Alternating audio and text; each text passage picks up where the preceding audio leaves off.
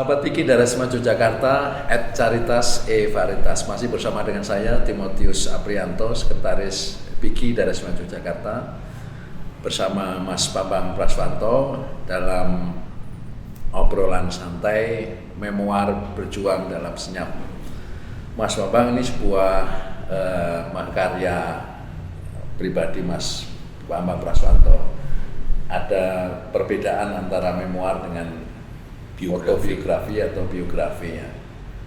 Seperti tadi Mas Bambang juga sampaikan bahwa memoir itu sebuah kesaksian atau sebuah buku yang ditulis berisi dengan beberapa cerita kesaksian dari banyak orang. Mas Bambang, ada beberapa hal yang unik dalam perjalanan perjuangan Mas Bambang Praswanto. Kalau saya lihat sudah masa mahasiswa aktif di GMNI, kemudian masuk sebagai pengurus agama, tapi juga sekaligus Mas Bambang itu punya perjalanan karir di Kementerian Kesehatan selama 13 tahun dan 13 tahun berikutnya di Duta Wacana sebagai dosen. Ini saya amati ada semacam kayak orbital yang terpenggal-penggal gitu.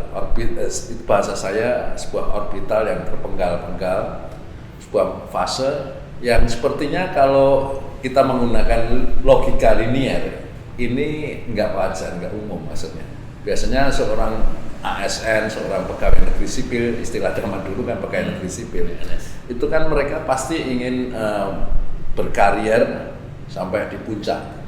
Tapi selalu ketika sebelum sampai puncak, sebelum sampai klimaks, Mas Bambang sudah punya kesadaran untuk, oke, aku kayaknya ada sebuah panggilan, ada sebuah calling yang Mas Bambang harus keluar, meskipun itu nggak biasa ya kan. Saya ingat salah satu orang terkaya di India namanya Mukesh Ambani. Mukesh Ambani dalam bukunya ini, kenapa dia menjadi orang paling kaya di India, salah satu orang paling kaya. Mukesh Ambani menyatakan bahwa ayahnya itu selalu memberikan petunjuk kepada dia, kamu harus men-challenge dirimu sendiri untuk membuat orbit baru dalam kehidupan kamu. Jangan sampai kamu terjebak dalam orbit kamu selamanya, karena kamu tidak akan berkembang. Nah, ini saya kira menjadi menarik. Kayaknya Mas Bambang ini model-model pengembangan pribadinya kayak model-model yang dilakukan ini orang India, nasihatnya ayahnya Mukesh Ambani. Gimana Mas Bambang? Bener nggak hipotesis saya? Mas Bambang ini kayaknya 13 tahun baru sampai eselon 4 kemudian menyatakan keluar, nggak sayang Mas? Kadang-kadang gitu itu bukan menjadi rancangan saya. Saya tidak pernah merancang sesuatu kegiatan saya ke depan saya mau apa dan sebagainya. Kadang-kadang terjadi tiba-tiba. Tapi kadang-kadang kayak mendapat vision iya, gitu ya. Tapi setelah saya pikir tiba-tiba bukan. Ini rancangan, bukan rancangan tapi rancangan Tuhan. Saya yakini karena kalau bukan rancangan Tuhan, pasti saya akan terjebak ke sesuatu yang mungkin merugikan saya pribadi maupun merugikan orang lain. Tapi justru tidak, karena ini menjadi berkat bagi komunitas saya yang baru ini. Nah, ini berarti kan kalau menjadi berkat itu kan rancangan Tuhan. Rancangan Tuhan. Itu saya kira. Karena rancangan Tuhan kita yakini. Jadi meletakkan bahwa rencana manusia itu berbeda dengan rancangan Tuhan. Dan rancangan Tuhan tetap rancangan yang terbaik. Ya. Nah, kalau kita kembali ke siklus tadi, saya juga mendadak saya nggak tahu, kok tahu-tahu lihat ya memang saya waktu itu jadi ASN di Kementerian Kesehatan itu sebenarnya jabatan saya walaupun eselon 4 itu jabatan yang sangat prestisius gitu ya. Karena jadi kepala bidang pemberantasan vektor malaria. Waktu itu penyakit malaria dan mesti proyeknya juga mana-mana. Justru ya, proyeknya besar Mas. Waktu proyek seluruh Indonesia itu kan kita menyediakan DDT waktu itu ya. Untuk penyemprotan malaria. Salah satu bidang yang basah. Iya, sangat basah. Dan saya menghadapi basah-basah itu. Jadi karena saya harus apakah setiap kali menghadapi media yang basah itu lalu ada kesadaran untuk Mas Bambang menjauh? Ya, karena kesadaran saya cedak ke buku Pak. Iya, gitu. Saya harus lurus. Oh gitu. Karena sesuai saya meyakini sumpah saya waktu diangkat jadi pegawai negeri itu kan kita harus lurusnya itu ya. Jadi saya nggak mau gitu-gitu orang lain, diganggu. Tapi Mas Bambang di Kementerian Kesehatan sebagai PNS lalu ditinggalkan ya berarti ya? Tinggalkan begitu sia-sia gitu ya, dalam arti saya nampak sia-sia Mas? Iya, nampak sia-sia. Karena apa? Bukan sia-sia tapi nampaknya sia-sia. Secara manusiawi sia-sia. Karena apa? Saya tidak dapat uang pensiun. Ya, karena saya dianggap salah. Karena belum sesuai masa berhenti dengan hormat. Ya. Saya diberikan hormat tapi akhirnya dipenalti. Ya. Nggak dapat pensiun dari sana, bahkan uang dari taspen pun juga dipotong karena saya dianggap salah. Mendadak saya, dan ya tadi saya 13 tahun masa kerja di ASN sudah menjabat pada posisi eselon 4 itu sudah suatu pencapaian. Eselon 4 dan posisi yang sangat bagus itu ya. tidak pernah dicapai oleh ini. Biasanya orang yang sudah senior yang duduk sana. Artinya cukup brilian juga Mas Bambang. Ya. Makanya tadi saya mau keluar dianggap ojo metu iki baru kader Departemen Kesehatan sebenarnya ganti kita. Saya bilang enggak lah, saya harus ke Jogja gitu ya. Ditanya di Jogja ada fasilitas apa? Ada gaji? Ya nggak tahu saya gajinya berapa. Fasilitas ya nggak tahu saya bilang. Ternyata juga memang nggak dapat fasilitas perumahan, nggak dapat fasilitas sewa kontrak rumah juga nggak apa-apa, semua dikerjakan dengan ini. Nah itu. Terus saya juga tiba-tiba tahun 2004 keluar dari duta, orang tercengang semua. Orang duta wacana sudah tercengang. Saat posisi menjadi dekan. Sudah jadi dekan. Jadi nggak pengen jadi rektor gitu Mas. Waktu itu sebetulnya saya dekan pertama itu selesai tahun 2001. Oleh teman diminta lagi, saya bilang enggak, orang lain. Harus orang lain bisa melakukan, jangan satu orang aja, orang lain. Akhirnya saya enggak. Tapi oleh teman-teman juga seperti biasa, tapi tetap membantu kita. Akhirnya saya jadi wakil dekan 3 bidang mahasiswa. Oke, tahu-tahu mendadak pindah. Semua tercengang, lu kok pindah nih kita wis. Jadi dekan mungkin nanti suatu saat bisa jadi pembantu rektor untuk menjadi rektor gitu. Saya nggak tertarik dengan ini, tahu-tahu tuh pindah dan tidak jelas pindahnya kemana. Ini lebih lagi, lebih gelap lagi. Saya mau jadi apa sih setelah saya juga nggak tahu. Karena keahlian saya adalah di bidang lingkungan, ya saya aktif di bidang lingkungan. Termasuk salah satu konsultan lingkungan itu. Konsultan lingkungan. Dan yang paling penting sampai 2018 saya jadi staf ahli lingkungan di Bapeda. Sekarang Dinas Lingkungan Hidup dan Kehutanan ya di sana. Itu sampai membuat buku dan sebagainya. Ya, Mas Bambang Praswanto, ini memoir Berjuang dalam Senyap ini ada 3 kristalisasi nilai-nilai yang dalam segmen ini kita ingin mengelaborasi lagi menjadi suatu hal yang lebih dalam dan bisa diturunkan dalam bentuk pemahaman-pemahaman yang lebih komprehensif untuk generasi muda dan juga untuk sahabat Piki semua. Ketika kristalisasi nilai-nilai memoir Berjuang dalam Senyap ini, satu adalah jati diri karakter, lalu yang kedua atau jati diri dalam karakter yang baik ya, tentunya karakter Kristiani, kemudian yang kedua itu dari sisi kepemimpinan, dan ketiga itu kaderisasi. 3 hal yang sangat penting dan sangat relevan bahkan untuk perjuangan intelijensia Kristen di saat ini. Bisa disampaikan Mas 3 hal ini, 3 nilai ini. 1, jati diri, mulai dari jati diri dulu. Iya, jadi jati diri atau karakter itu memang harus diawali dari, menurut saya memang dari iman ya. Dari iman maupun juga tujuan-tujuan kita ke kebangsaan. Jadi bagaimana kita membekali diri kita dengan karakter yang baik. Walaupun itu sebenarnya karakter yang universal. Tapi kalau saya bilang universal apapun, karena saya sebagai orang Kristen pasti didasari oleh iman Kristen karakter itu. Dan ternyata saya karakter jadi itu, ingat kata-katanya Monsignor Sugio Pramoto ya. Aku ini orang 100% orang Indonesia, 100% orang Katolik ya. Iya, saya juga gitu. Saya seorang nasionalis.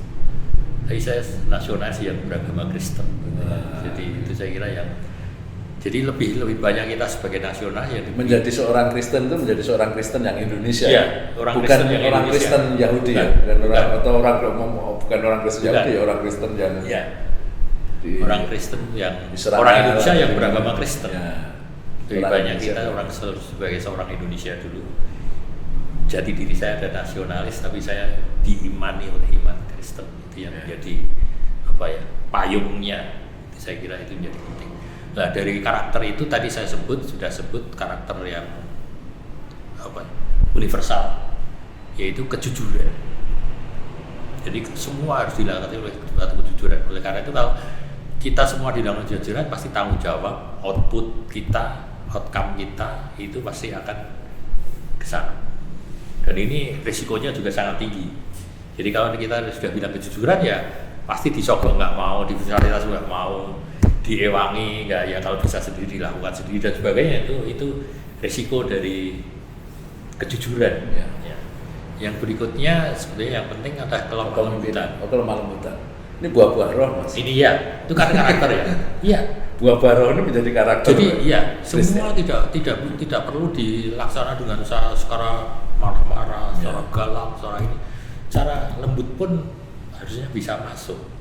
Dan ini menjadi aneh gitu ya bagi sekarang orang yang lembut tuh ora iso apa-apa, dadi koyo wong wedok misalnya gitu. Itu saya kira ini. Jadi kita harus semua harus dilakukan dengan lemah lembut tanpa kekerasan gitu ya. Yang berikutnya adalah ya kalau orang nyebut akademik, tapi sebenarnya bukan akademik, sebenarnya ilmiah. Semua itu harus didasarkan pada ada berpikir ilmiah, berpikir logik. Semua harus dipikirkan dengan logik, semua harus jalan dengan logik. Itu semua kan mesti harus ke sana. Jangan kita berpikir gerusak-gerusu asal dan orang tidak pakai jalur yang jelas dan sebagainya. Ini saya kira itu menjadi sangat penting, kita selalu berpikiran logik, karena bagaimanapun kita sudah diberi oleh Tuhan itu akal, akal budi, bukan ngakali dan sebagainya, akal budi itu saya kira logik tadi. Jadi itu saya kira. Yang berikutnya ya otomatis, ya tadi saya katakan uang. Jadi semua tidak suka uang, tidak gemar uang, tidak berorientasi pada uang. Semua tidak diatur dengan uang, semua diukur dengan uang. Aku mau kerja kalau ada uangnya. Kalau ada uangnya kecil saya nggak mau, maunya uang besar. Fasilitas kalau fasilitas sederhana saya nggak mau, maunya fasilitas yang mewah dan sebagainya. Itu saya kira konsekuensi nilai-nilai dari jati diri. Ya. Itu saya kira karakter di situ. Ini menjadi karakter yang kalau ini bisa dilakukan, ini sebenarnya menjadi karakter yang unggul sebetulnya. Karakter unggul. Kalau kita bisa mengolah yang tadi dianggap sebagai kelemahan, tapi justru keunggulan kita ada di situ.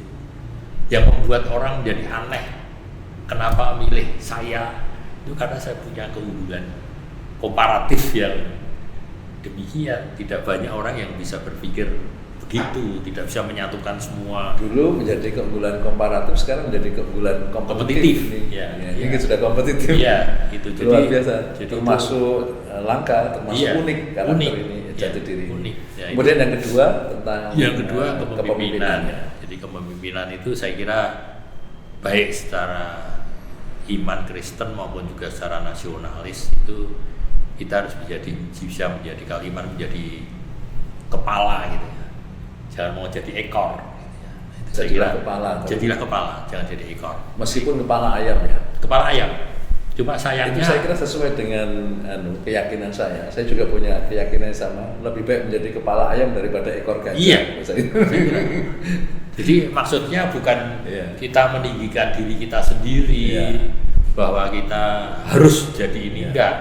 Tapi bahwa konsep ini yang bisa menjadi teladan orang lain sehingga orang lain akan melihat, oh kepemimpinannya bagus, nggak dan sebagainya, nggak semenang-menang, nggak sebagainya. Jadi kalau dalam karakter kepemimpinan Jawa ini kan ing ngarsa sum tulodo, ing madya mangun karsa tut purihan gayani.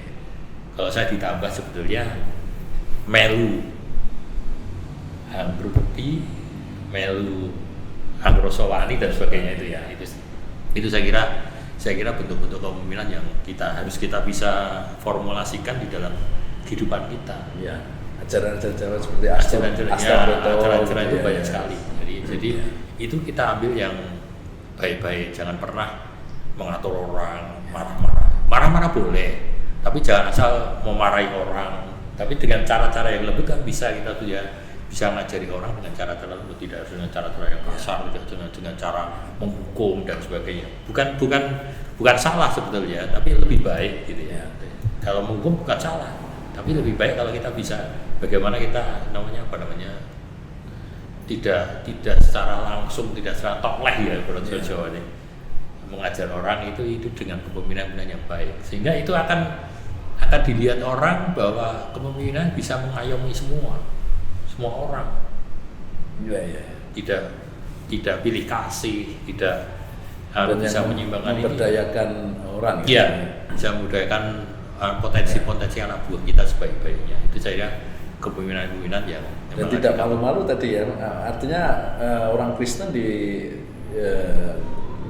disampaikan tadi Mas Bambang bahwa juga baik untuk mendeklar dirinya menjadi seorang pemimpin bagi dirinya sendiri, pemimpin bagi diri keluarga sendiri, itu nanti bagi keluarga dan juga bagi masyarakat lingkungan. Bukan jangan terus wah aku pengen menjadi ekor saja, harus menjadi seorang pemimpin. Paling tidak menjadi pemimpin bagi dirinya sendiri.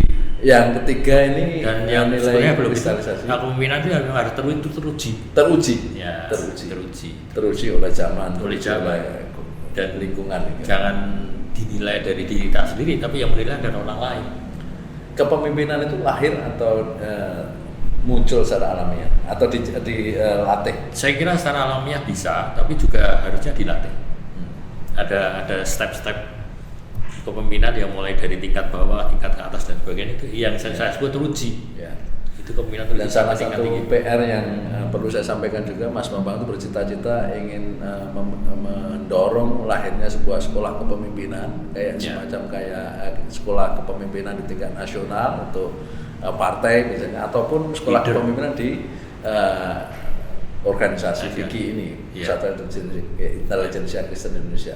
Bahkan saya masih ingat Mas Bambang itu memetakan tahun sekian itu kita harus tahu presiden, menteri itu berapa jumlahnya, terus kemudian bupati, wali kota sampai ini bisa diceritakan Mas untuk pemimpin nasional.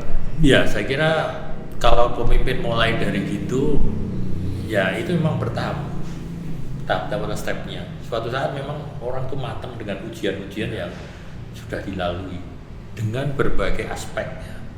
Jangan hanya di dalam aspek satu, ini bisa tapi nggak bisa diterima yang lain dan sebagainya. Jadi harus semua ini bisa istilahnya kalau saya ngayomi atau ngesui semua.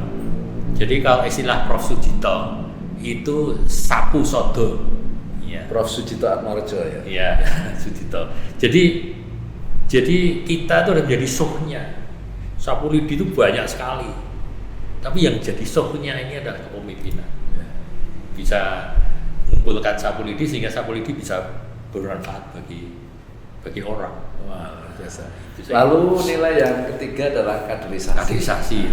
Kaderisasi itu sebenarnya bisa dikatakan juga regenerasi, pergantian dan sebagainya. Dan itu menurut saya juga kaderisasi juga dilakukan. Inspirasi apa yang ingin disampaikan Mas Bambang Praswanto untuk kaderisasi ini? Ya, karena apapun kita sebagai manusia itu secara alam kita akan berakhir. Baik berakhir karirnya, berakhir dengan kita mati, atau berakhir dengan kita apapun yang terjadi harus berakhir. Sehingga perlu kaderisasi. Ini karena ini penggantian sebenarnya natural saja. Jadi orang bilang, saya baca apa kemarin itu, ini saya juga akhirnya bahwa umur 65 sampai 75 seperti saya ini, saya sekarang 73 ya, itu masanya orang ditinggalkan orang. Orang tidak mengenal lagi ini. Nanti 75 ke sana ditinggalkan keluarga, terus 85 ke sana ditinggal alam. Sudah ke sana. Siklus kehidupan. Itu seorang pemimpin harus menyadari bahwa kapan waktunya harus berhenti, kapan harus itu, dan itu harus legowo, bukan ingin memperpanjang ini, kita harus perpanjang ini karena saya masih dianggap penting dan sebagainya, sehingga saya tidak mau meninggalkan itu karena saya orang paling penting. Kalau tidak saya tinggalkan mesti akan kacau, itu tidak boleh. Kemungkinan yang legowo, saya bilang. Jadi suatu saat harus tahu kapan kita berhenti dan harus legowo ya. Harus legowo. Menerima dengan senang hati Ya, dan walaupun mungkin sejahtera. awal-awalnya sakit hati. Ya. Tapi ya sudah, kita nikmati aja itu sebagai suatu proses alam. Ya. Alam Proses yang harus ada regenerasi, harus ada pertumbuhan, dan harus ada penggantian. Bahkan kalau saya selalu menyebut kulit kita yang kita miliki itu tiap hari berganti. Kita tidak sengaja terjadi proses pergantian di kulit kita. Ya. Itu yang saya kira. Rambut juga Ya. pasti. Saya kira itu alamiah. Seperti gandum tidak akan menjadi bermanfaat kecuali gandum itu sendiri Iya. akan jatuh bulirnya dan mati. Iya, itu saya kira yang penting dari proses kepemimpinan dan kaderisasi tadi. Jadi kita harus menghormati yang muda-muda yang jadi pemimpin, apapun alasannya lah. Kita sebagai yang lebih senior, kita harus memberikan bekalan ini, pengalaman-pengalaman literasi pada anak-anak yang lebih muda ini, Sebagai kader-kader kita. Luar biasa sahabat Piki dari SMA Yogyakarta. Memoir berjuang dalam senyap Mas Bambang Praswanto, Ketua Piki Daerah Istimewa Yogyakarta 25 tahun dan seorang tokoh nasionalis yang memiliki 3 kristalisasi nilai dalam buku beliau, Memoir Berjuang dalam Senyap. Semoga ini juga bisa menjadi inspirasi dan juga menjadi teladan bagi kita semua.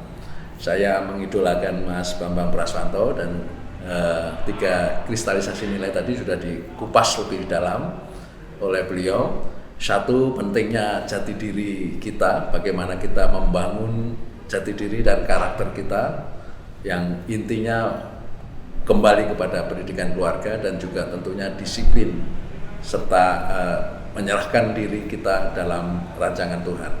Kristalisasi nilai yang kedua itu adalah pentingnya kepemimpinan, bahwa kita harus bersiap untuk menjadi pemimpin, paling tidak memimpin diri kita sendiri, dan jangan ragu-ragu untuk menjadikan diri kita ini sebagai pemimpin, karena itu akan mempengaruhi kita sebagai mantra. Jangan hanya menjadi ekor, tapi menjadi pemimpin. Paling tidak memimpin diri kita sendiri, syukur-syukur kita bisa memimpin organisasi yang lebih besar lagi. Dan dalam kepemimpinan juga menarik, selalu kita legowo untuk melanjutkan kepemimpinan ini dalam kristalisasi yang ketiga, yaitu kaderisasi. Penting untuk kaderisasi di lembaga organisasi, misalnya Persatuan Intelijensia Kristen Indonesia maupun organisasi yang lainnya, untuk melanjutkan proses regenerasi ini agar terjadi secara alamiah dan kita biarkan semuanya itu terhadap rencana dan rancangan Allah semata. Demikian sahabat Piki dari SMA Yogyakarta @caritas @varitas. Shalom. Shalom. Shalom.